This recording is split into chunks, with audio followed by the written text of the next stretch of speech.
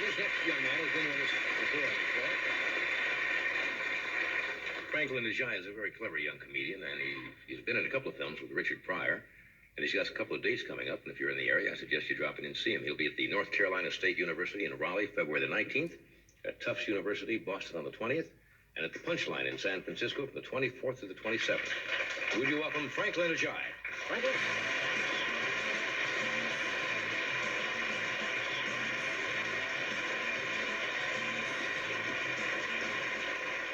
Thank you.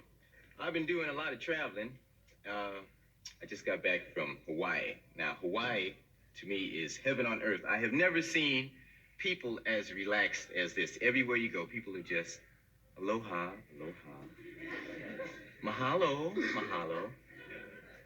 I mean, they have no problems in this country, this state. They have criminals with last names like Hui Hui, all right? I mean, does that throw terror in your hearts? Stick 'em up, I'm Henry Hui Hui. Aloha.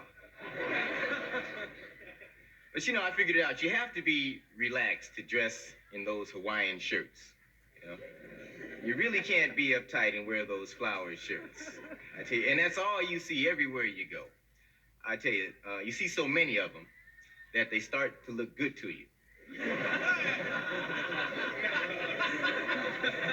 I was over there 2 weeks. At the end of 8 days, I went out and bought me a couple of them. Thought I was clean. Was walking around, aloha, aloha.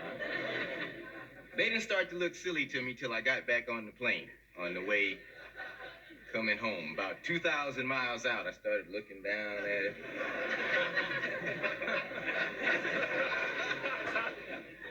What the hell was I thinking about? Lord. And it wasn't just me. All over the plane, everybody was just doing the same thing. All of a sudden, the plane dipped. We said, oh, Lord. The stewardess said, no problem. Pilot just looked at his shirt.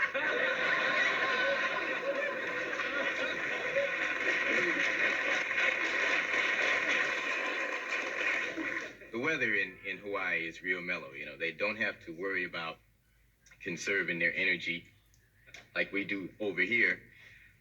First day I was back, right, I got a little notice from the gas company. They said, winter is here. I said, I know that. And you can save energy if you turn your thermostat down to 55. I said, well, why don't I just sleep outside?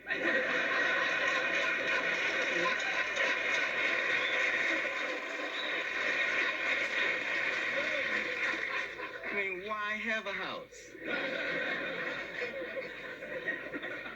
I said, no, I'm turning my thermostat up to 80.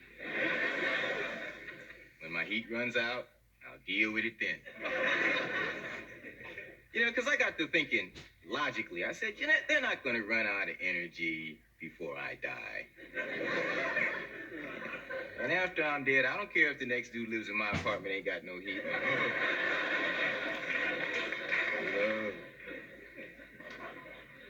I have to go back to New York this month. New York is the complete opposite of Hawaii in terms of pace, right? I mean, they got people that walk faster in New York than they drive in Hawaii.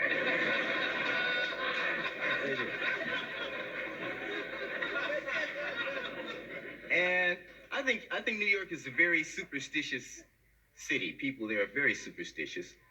They act as though it's bad luck to let a black cat walk behind them at night.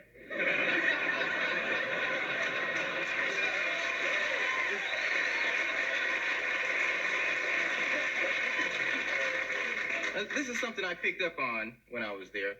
A friend of mine, we came out of a movie late one night, right? We decided to just walk. And we were walking behind this elderly couple. And they kept looking back at us. And finally, after about a block, the suspense was killing them. They stepped over to the side to let us pass. And my friend and I, we were so insulted that we just went on and robbed them.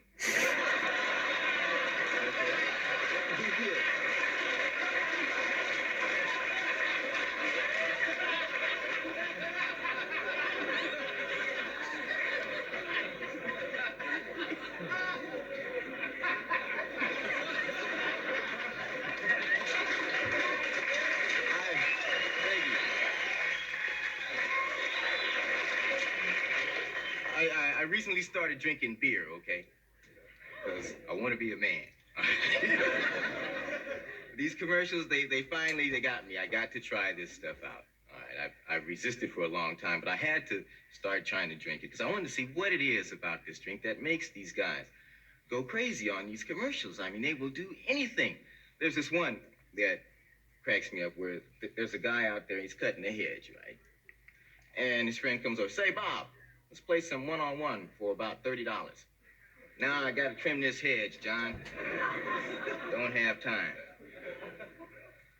You wanna play for a Michelob? Damn right, let's go. Let's go. Baby, don't fall out. Let's go, you know? And then they start doing miraculous things. White guys slam dunking.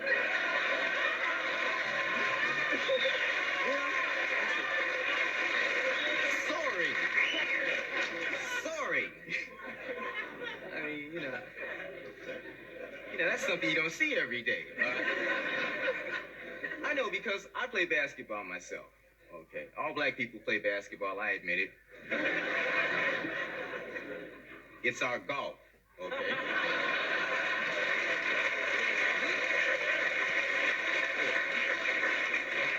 Hard day at the office, shoot a few rounds of hoop, right? And I got a pretty game. I got a real fancy game. A lot of fancy shots. None of them go in. But that doesn't bother me because, see, I played for the ooh, all right? I don't play to make baskets. What I like to do is make a fancy move, leave my man, then hear everybody go, ooh. Then I just throw it up. I don't care where I made it, right? And a group of cats that we play on Sunday. A lot of guys bring their little babies, little baby children to, as opposed to baby horses, I guess. And it's only then when I see friends of mine with kids that I start to feel, you know, older. You know what's really strange is when you run into a guy who was a hoodlum, and he's got a kid. I ran into one of those dudes. Cat was a thug in high school. I said, hey, Bumpy, long time no see. Yeah, what's up, man? Yeah, this is my little 4-month-old boy. Sit your butt down.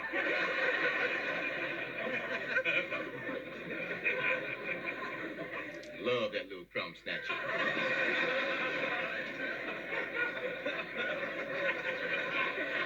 Right?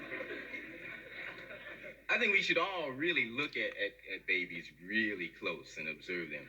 They're fascinating. I mean, their job is basically to run around your house and destroy everything on their little search and destroy missions, I call them. But what amazes me about them is they don't feel pain like we do, right? Like throwing up. Doesn't bother them to throw up. To an adult, throwing up is like death. But babies throw up with a smile. Now you be holding them, they go, what?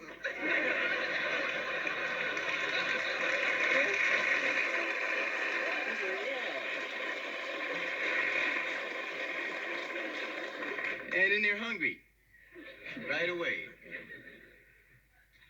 The thing about it is whenever they get hungry, they just cry. They let you know they are hungry. No matter what. I was wondering, it'd really be funny if adults still did that. Like if we got hungry, just wake up in the morning. I want some breakfast, baby.